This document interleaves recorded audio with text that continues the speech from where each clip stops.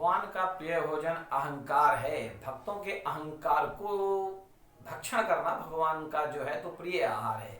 भगवान अपने भक्तों के अहंकार को नित्य प्रति हरते रहते हैं ताकि उनके जीवन में सरलता आ जाए, सुगमता आ जाए, सहजता आ जाए। तो भक्तों के जीवन में कभी कभी अहंकार आ जाता है।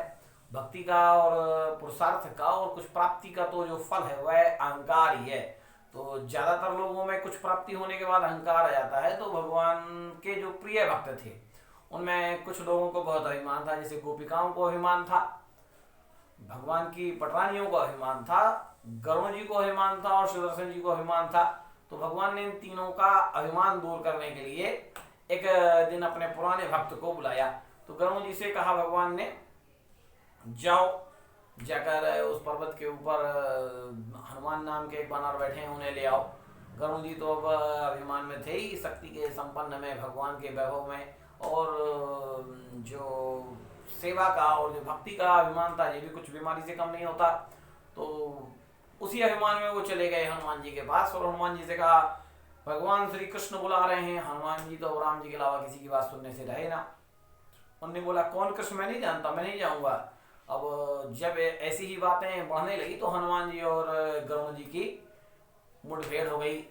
कुछ परिश्रम ज्यादा लगने पर और कुछ थकने पर गरुण जी ने कहा, भैया वो राम अवतार कृष्ण जी हैं, वही आपको बुला रहे हैं। तो उन्होंने बोला, प्रभु बुला रहे हैं। और जैसे ही भगवान राम का नाम सुना वैसे ही हनुमान जी वहां के लिए पवन की गति से, मन की गति से वहां चले गए। अब गरुण जी वहां से थोड़ा सा अपना आराम करके और आए द्वारका के लिए। द्वारका में गरुण जी से पहले सुदर्शन जी का पहरा था। वो सारी द्वारका नगरी की पहरेदारी कर रहे थे। हनुमान जी के जाते उन्हें पकड़ लिया। उन्हें कैसे जा रहे हो, प्रवेश नहीं मिल सकता। थोड़ा अभिमान में रहते तो संतरी मंत्री द्वारपाल ज्यादा बलवान हो ही जाते हैं, फिर किसी की आओ भगत सुनते कहाँ हैं। जय विजय वाला प्रसंग तो है ही है पहले से गंभीर। तो जैसे ही उनने रोका तो हनुमान जी को लगा प्रभु से मिलने में थोड़ा सा विलंब करेंगे, इनसे लड़ने में टाइम बर्बाद करने की कोई जरूरत नहीं है। तो सुदर्शन जी को पकड़ के हनुमान जी ने अपने मुख में दबा लिया। हालांकि उन्हें क्षति नहीं पहुंचाई, पर एक किनारे मुख में उनको स्थान दे दिया और भगवान पास चले गए मिलने।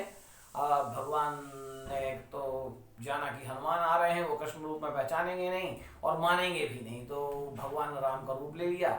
सारी रानियों ने और गोपिकाओं ने पूछा कि हे भगवान, आपने ये कौन सा रूप ले लिया है। तो भगवान ने कहा, हनुमान आ रहे हैं। अब हनुमान आ रहे हैं तो सब कोई बैठे, तो सबको अपने सौंदर्य पे तो अभिमान था कि हम बहुत सुंदर हैं और हमारे अभिमान है। तो हनुमान जी ने आदि कह दिया, प्रभु माता सीता कहाँ है, ये दासियां कौन है। तो पहले गरुड़ जी का अभिमान दूर किया, सुदर्शन जी का, उन गोपिकाओं और पटरानियों का भी हो गया। फिर माता जी जो हैं तो सीता माता का रूप धारण करके आई। उन्होंने बैठकर उन्हें फल दिया। उसे जब भक्षण करने का नंबर आया, ग्रहण करने का नंबर आया, तो हनुमान जी ने सुदर्शन जी को निकाला। सुदर्शन जी लज्जा के मारे भगवान को हाथ जोड़कर बाहर चले गए। अब बाहर गए, भगवान के दर्शन हुए, भगवान से कुछ वार्तालाप हुई। भगवान ने कहा, इन लोगों को थोड़ा सा भ्रम था, संदेह था, कुछ अभिमान था, इन्हें के दूर करने के लिए आपको बुलाया था। भगवान ने कहा, ठीक है, आज्ञा दीजिए। हनुमान जी आज्ञा लेके चले गए। अब हनुमान जी के जाने के पश्चात गरुड़ जी वहां से आए। वो सबसे तेज गति वाले, अभी उनका बल थोड़ा सा बाकी था क्योंकि लड़ने में हारे थे, गति में तो हारे नहीं थे। तो जैसे सुदर्शन जी से बोला कि हनुमान को भेजा है मैंने, वहां से वो आ रहे होंगे, सावधान रहना, वो बहुत बलवान है।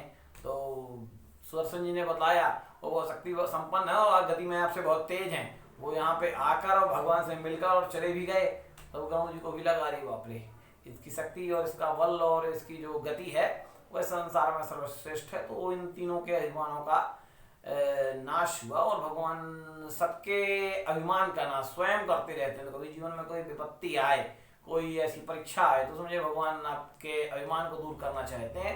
अपने जीवन में अभिमान न करिए और भगवान का विशुद्ध हृदय से भक्ति करिए, भगवान का स्मरण करिए और जाप पूजा पाठ करिए और भगवान से द्वेष और अभिमान को दूर करने की प्रार्थना करिए।